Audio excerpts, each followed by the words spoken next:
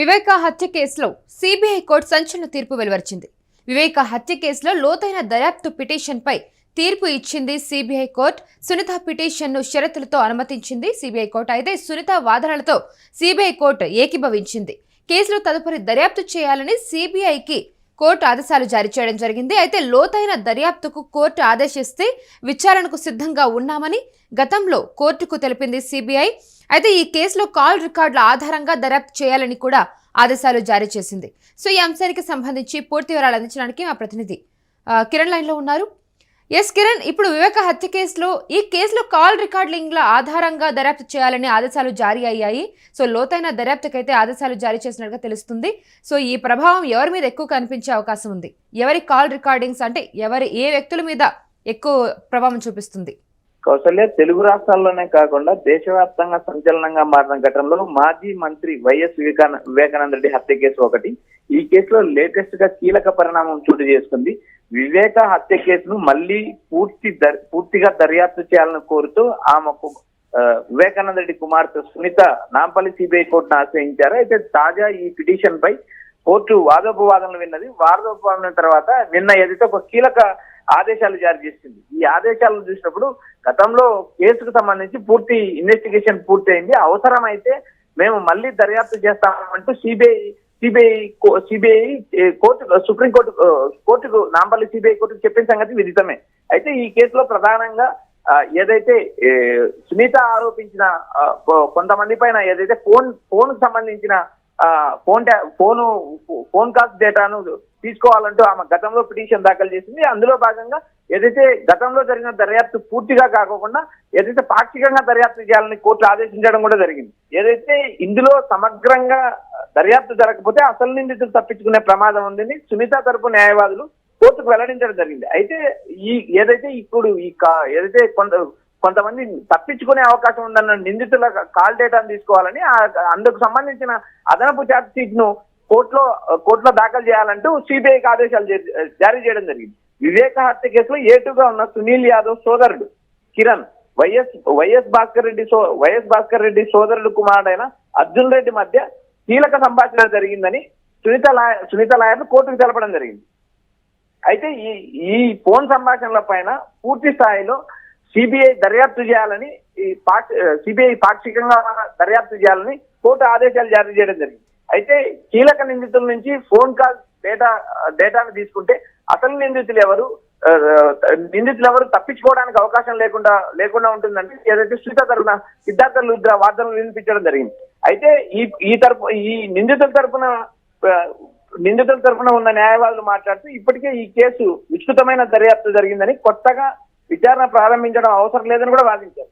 ఇప్పటికీ దాఖలైన ఛార్జ్షీట్ సరిపోతుందని, మళ్ళీ దర్యాప్తు చేస్తే లేనిపోని దిశలకు కేసు వెళ్తుందని వారు ఏదైతే అభ్యంతరాలు కూడా తెలపడం జరిగింది. అయితే ఈ ఇరుపక్షాల వాదనమైన సిబిఐ కోర్టు పాక్షికంగా ఏదైతే అర్జున్ రెడ్డి కిరణ్ యాదవ్ వీరిద్దరి ఫోన్ సంభాషణలు రికార్డ్ చేయాలని, అందుకు సంబంధించి అదనపు సప్లిమెంటరీ ఛార్జ్షీట్ దాఖలు చేయాలంటూ సిబిఐకి నాంపల్లి సిబిఐ కోర్టు ఆదేశాలు జారీ చేసింది. కౌశల్య, ఎస్, అయితే ఇప్పుడు ఈ ఆదేశాలకి సంబంధించి ఈ దర్యాప్తులో ముఖ్యంగా కాల్ రికార్డింగ్ ఆధారంగానే దర్యాప్తు చేయాలంటూ కూడా ఆదేశాలు జారీ చేసింది కోర్టు. అయితే ఇప్పుడు ఈ కాల్ రికార్డింగ్ డేటా విచారణలో అంటే ఎంత కీలక పాత్ర పోషిస్తుంది? ఎవరి మీద ఎక్కువ ప్రభావం కనిపిస్తుంది? కౌశల్య, ఈ కేసు ఆద్యాంతం రాష్ట్రంలో గాని దేశంలో గాని సంచలనం రేకెత్తింది. అసలు నిందితులు తప్పించుకుంటున్నారంటూ ఏదైతే వైఎస్ వివేకానంద రెడ్డి కుమార్తె సునీత పిటిషన్ దాఖలు చేశారు.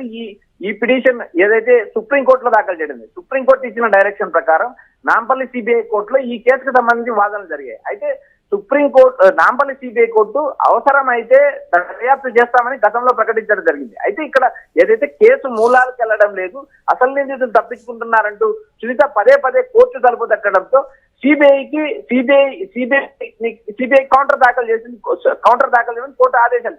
సిబిఐ కౌంటర్ దాఖలు చేసిన సమయంలో కేసుకు సంబంధించి దర్యాప్తు ఇప్పటికే పూర్తయింది. అయితే ఇక్కడ మరోసారి దర్యాప్తు అవసరమైతే మేము చేయడానికి సిద్ధంగా ఉన్నామంటూ సిబిఐ తన పిటిషన్ లో చెప్పడంతో ఈ కేసు మళ్ళీ మొదటికి వచ్చింది. ఏదైతే అసలు నిందితులు తప్పించుకోకుండా ఏదైతే సునీత ఆరోపిస్తున్న నిందితులు ఎవరెవరైతే ఉన్నారో వారిపైన సమగ్ర విచారణ చేయాలని ఆమె సుప్రీంకోర్టులో దాఖలు చేసింది. సుప్రీంకోర్టు డైరెక్షన్ వద్ద ఏదైతే నాంపల్లి సిబిఐ కోర్టు కూడా విచారణ చేయడానికి సిబిఐ సిద్ధంగా ఉన్నప్పుడు విచారణ చేయడానికి వచ్చిన ఇబ్బంది ఏం లేదంటే ఆదేశాలు జారీ చేసింది. ఇక్కడ ప్రధానంగా ఏదైతే వీరి సునీత ఆరోపిస్తున్న నిందితులు ఏదైతే అర్జున్ రెడ్డి కావచ్చు, లేకపోతే మరికొంతమంది ఈ ముఖ్యులు కావచ్చు, వారు బలవంతులు ఈ కేసు నుంచి తప్పించుకోవడానికి అవకాశం ఉందంటూ కొంతమంది నేతల పేర్లు కూడా చెప్పడం. ఈ మొత్తం వ్యవహారం సమగ్రంగా దర్యాప్తు చేయాలంటూ ఆమె పిటిషన్ దాఖలు చేసింది. వాటిపైన ఏదైతే సునీత కొంతమంది పేర్లు ఏదైతే కిరణ్ యాదవ్ కావచ్చు, అర్జున్ రెడ్డి కావచ్చు, మరికొంతమంది తీసుకోవడానికి కోర్టు ఆదేశాలు జారీ చేసింది. ఈ ఆదేశాల పైన ఫర్దర్ గా జరిగే దర్యాప్తులో కీలక నిందితులు బయటపడే అవకాశాలు ఉన్నాయంటూ ఇటు సునీత తరపున లాయర్లు, అటు కోర్టు అభిప్రాయపడింది కౌసల్య. అయితే ఈ లోతైన దర్యాప్తుకు ఆదేశించడం అనేది మరి ఈ ట్రయల్ టైం లైన్ పై ఎలాంటి ప్రభావం చూపించే అవకాశం ఉంది? మరి విచారణ మరింత లేట్ అయ్యే అవకాశం ఏమైనా ఉంటుందా ఈ లోతైన దర్యాప్తు కారణంగా? కౌసల్య, ఇప్పటికే ఈ కేసుకు సంబంధించి దాదాపు విచారణ పూర్తి అయిందంటూ సిబిఐ ఈ కోర్టులో పిటిషన్ దాఖలు చేసింది. అయితే వైఎస్ వివేకానంద రెడ్డి కుమార్తె సునీత ఈ కేసులో ఉన్న నిందితులు స్వేచ్ఛగా బయట తిరుగుతున్నారు. వారు వారికి నేర చరిత్ర ఉంది, వీరు పలాని వ్యక్తులు ఈ కేసు నుంచి తప్పించుకుంటున్నారంటూ ఆమె ప్రధానంగా పిటిషన్ దాఖలు చేసింది. అయితే వారు ఆల్రెడీ ఇప్పటికే కొంతమంది లోపల ఉన్నారు, వారు బెయిల్ పై తిరుగుతున్నారు, వారికి బెయిల్ రద్దు చేయాలని కూడా కొంతమంది పేర్లు ప్రస్తావించింది. అయితే ఇక్కడ ఈ కేసులో సమగ్రంగా విచారణ పూర్తయిందా లేదా అనే అంశం పైన సుప్రీంకోర్టు సిబిఐని అడిగింది. ఈ కేసులో దర్యాప్తు చేయాల్సిన అవసరం ఉందా లేదా.